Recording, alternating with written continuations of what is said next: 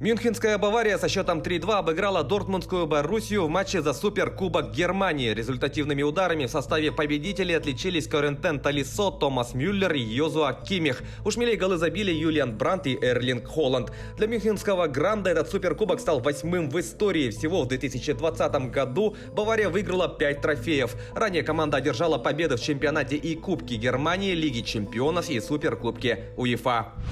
Футболисты Краснодара в гостях одержали победу над греческим ПАОКом в ответном матче квалификационного раунда плей-офф Лиги чемпионов и вышли в групповой этап турнира. Встреча завершилась со счетом 2-1. В составе россиян гол забил Реми Кабелла. Также мяч в свои ворота отправил защитник греков Йоаннис Михайлидис. У проигравших отличился Омар Эль-Кадури. Напомним, в первой встрече Краснодар на своем поле также победил со счетом 2-1. Таким образом, в групповой стадии Лиги чемпионов впервые сыграют 3 российских клуба. Помимо «Быков», штурм Евроарены начнут московский «Локомотив» и санкт-петербургский «Зенит».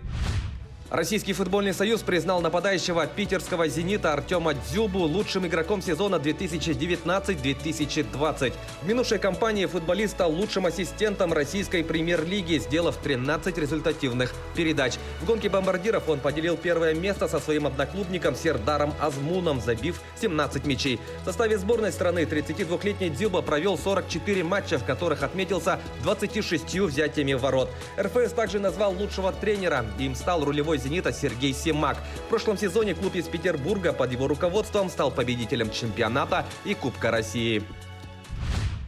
Екатеринбургский автомобилист на выезде победил Салават Юлаев в матче регулярного чемпионата континентальной хоккейной лиги. Встреча завершилась со счетом 4-1. У победителей взятия ворот провели Георгий Белоусов, Брукс Мейсек, Алексей Макеев и Анатолий Голышов. Единственную шайбу проигравших забросил Родион Амиров. Автомобилист прервал серию из 3 поражений. Клуб идет на 4-й строке таблицы Восточной конференции, набрав 16 пунктов. Столько же очков имеет в активе Салават, занимающий 4-ю позицию. В следующем матче екатеринбуржцы в гостях сыграют с «Металлургом», а уфимские хоккеисты на выезде встретятся с «Нефтехимиком».